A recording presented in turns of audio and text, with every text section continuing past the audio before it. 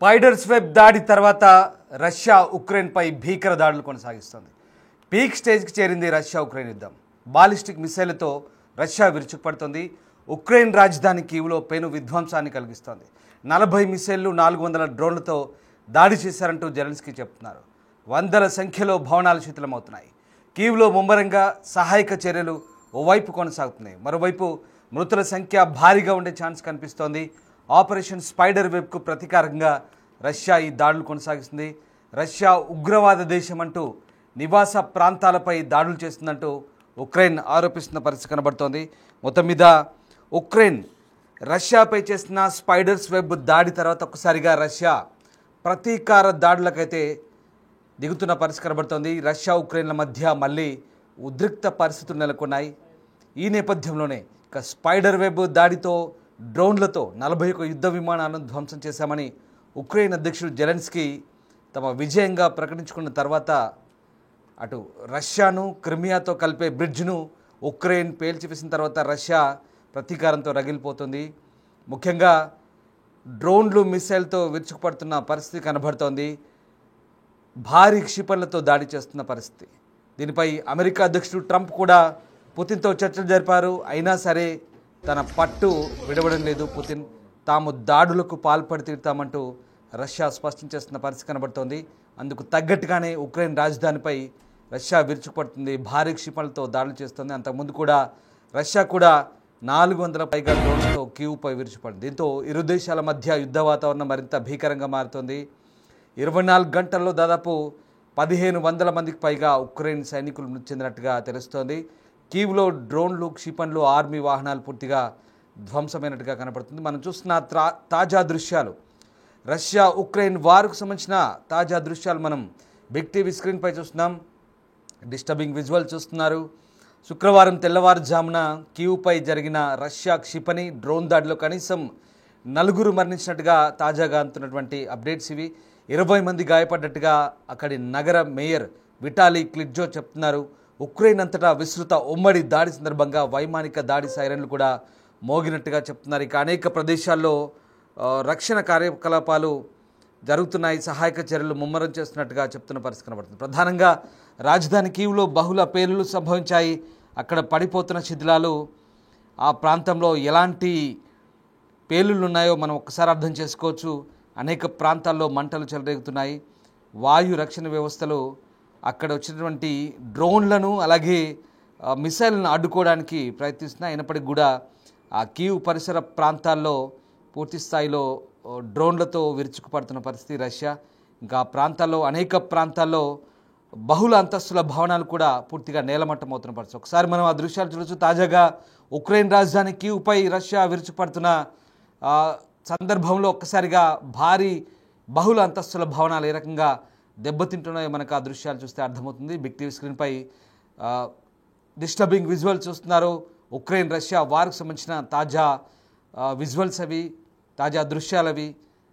Ukraine రాజధాని కీవ్పై Russia డ్రోన్లతో మిసైల్తో విరుచుకుపడుతున్న దృశ్యాలు మనం చూస్తున్నాం. ప్రస్తుతం మనం చూస్తున్న దృశ్యాలు సోలోమియాన్స్క్ జిల్లాలోని 16 అంతస్తుల నివాస భవనానికి సంబంధించినటువంటి దృశ్యాలు అవి. 11వ అంతస్తులో మంటలు చెలరేగాయి. అత్యవసర సేవలు అపార్ట్మెంట్ నుంచి 3 వ్యక్తులను కాల్ చేయించారు. ఈ నేపథ్యంలోనే మరొక గిడ్డంగిలో కూడా మంటలు చెలరేగినట్టుగా చెప్తున్నారు. ఇక ఈ దాడిలో కీవ్లోని 2 స్టేషన్ల మధ్య మెట్రో ట్రాకులు దెబ్బతిన్నాయి.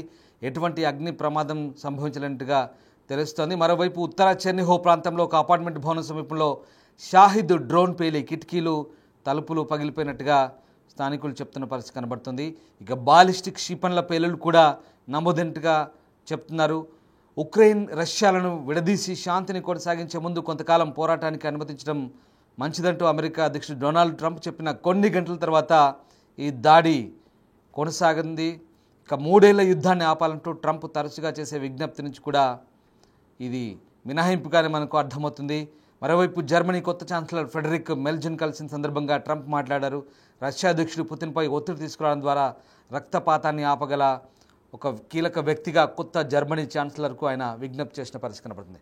సో మొత్తం మీద ఆపరేషన్ స్పైడర్స్ వెబ్ తర్వాత రష్యా ప్రతీకార దాడులకైతే పూర్తి స్థాయిలో జరుపుతున్న పరిస్థితి కనబడుతుంది. మా కొలీగ్ సయీద్ జాయిన్ అవుతున్నారు. సయీద్, ఆపరేషన్ స్పైడర్స్ వెబ్ తర్వాత ఉక్రెయిన్పై రష్యా భీకర దాడులు కొనసాగిస్తుంది. మనం చూస్తున్న ఆ తాజా దృశ్యాలే స్క్రీన్పై మనకు దాడులకు అద్దం పడుతున్నాయి.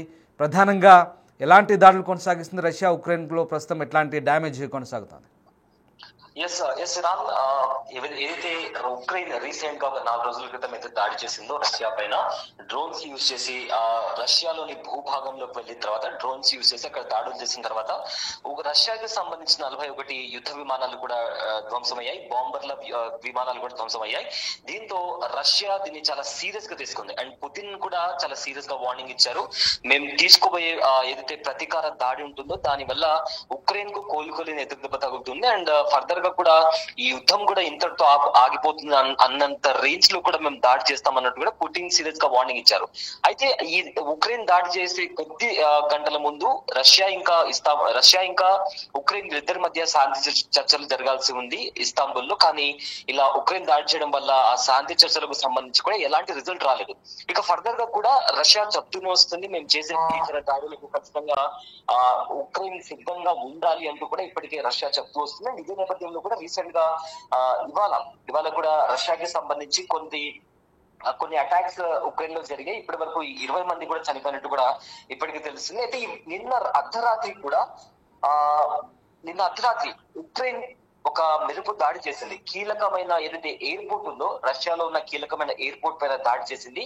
ఆ ఎయిర్పోర్ట్ దగ్గర వీళ్ళు బాలిస్టిక్ మిసైల్స్ కి సంబంధించిన మిసైల్ లాంచర్స్ ని రష్యాకి సంబంధించిన బలగాలు మోహరించడం జరిగింది. అయితే ముందుగానే పసిగట్టిన ఉక్రెయిన్ బలగాలు ఏం చేశాయంటే వెంటనే డ్రోన్ అటాక్స్ తో అక్కడ ఉండే బాలిస్టిక్ మిసైల్ లాంచర్స్ ని, దాంతో పాటు ఆ లాంచర్స్ ని క్యారీ చేసే ప్లేన్ తో పాటు మరొక యుద్ధ విమానం కూడా అక్కడ మోహరించింది. వాటిని కూడా కంప్లీట్ గా ఉక్రెయిన్ ధ్వంసం చేసింది.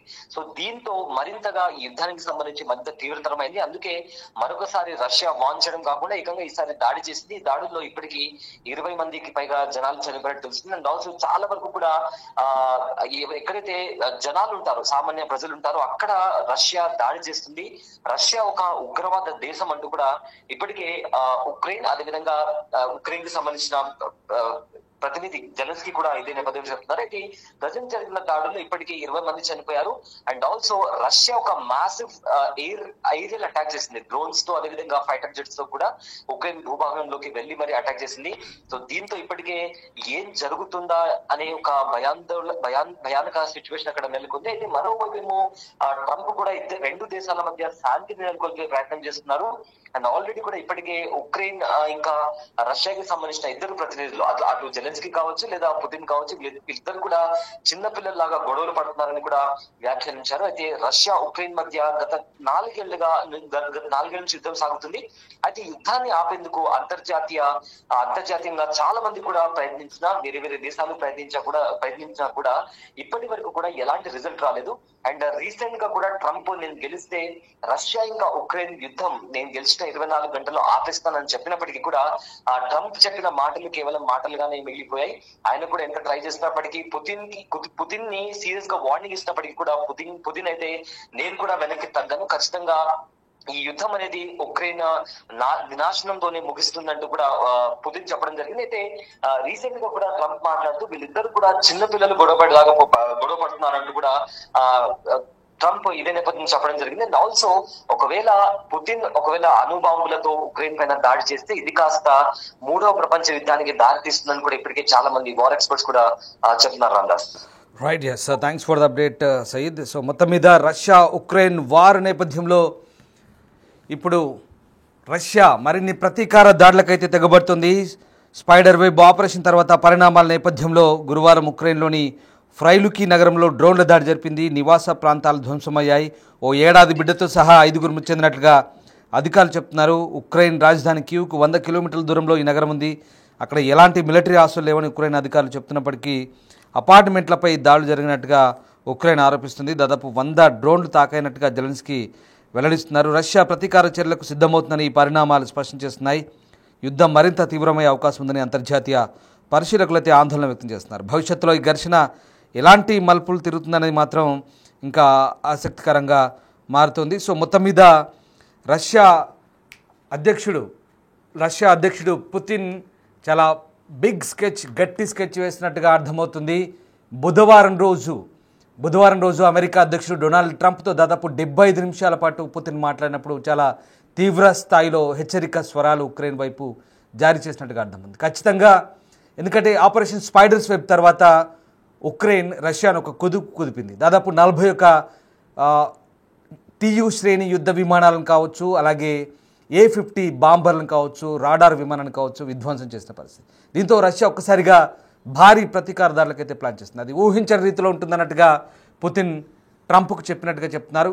ట్రంప్ ఈ విషయాన్ని ఎక్స్లో వెల్లడించిన తర్వాత మళ్ళీ క్రెమ్లిన్ కూడా దాన్ని ధృవీకరించింది. అంటే ఒక్కసారి అర్థం చేసుకోవచ్చు రష్యా ఎంతటి భారీ స్థాయిలో ఇక ఉక్రెయిన్పై విరుచుకుపడే అవకాశం ఉందని అక్కడ క్లియర్గా అర్థమవుతుంది. ప్రధానంగా డ్రోన్లు అలాగే మిసైల్స్తో ఇప్పటికే ఆయా నగరాలపై రాజధాని కీవ్ కావచ్చు, దానికి సమీపంలో ఉన్నటువంటి నగరాలపై విరుచుకుపడుతున్న పరిస్థితి కనబడుతోంది. సో మొత్తం మీద భారీ దాడులకైతే రష్యా ప్లాన్ చేస్తుంది. ఊహించని రీతిలో దాడులు ఉంటాయని రష్యా చెప్తున్న పరిస్థితి కనబడుతుంది. సో ఇదే అంశాన్ని కూడా ఇటు ట్రంప్ కూడా చెప్తున్న పరిస్థితి కనబడుతుంది. ఓవైపు శాంతి చర్చలు ప్రక్రియ ప్రతిష్టంభన కొనసాగుతుంది. ఇస్తాంబుల్లో జరిగిన శాంతి చర్చలు కేవలం గంట మాత్రం జరిగాయి. కేవలం సైనికుల అప్పగింత లేదా శవాల అప్పగింతకు సంబంధించిన ప్రక్రియ వరకు మాత్రమే ఈ ప్రస్తావన వచ్చింది. అటు శాంతి చర్చలు జరుగుతూనే ఇటు యుద్ధం కొనసాగుతున్న పరిస్థితి కనబడుతుంది. ఏదేమైనా భవిష్యత్తులో యుద్ధం ఇంకా ఎలాంటి మలుపులు తిరుగుతోంది, ఉక్రెయిన్ రష్యా పరస్పరం ఎలాంటి దాడులు చేసుకుంటాయని మాత్రం ఉత్కంఠ రేపుతున్నాయి.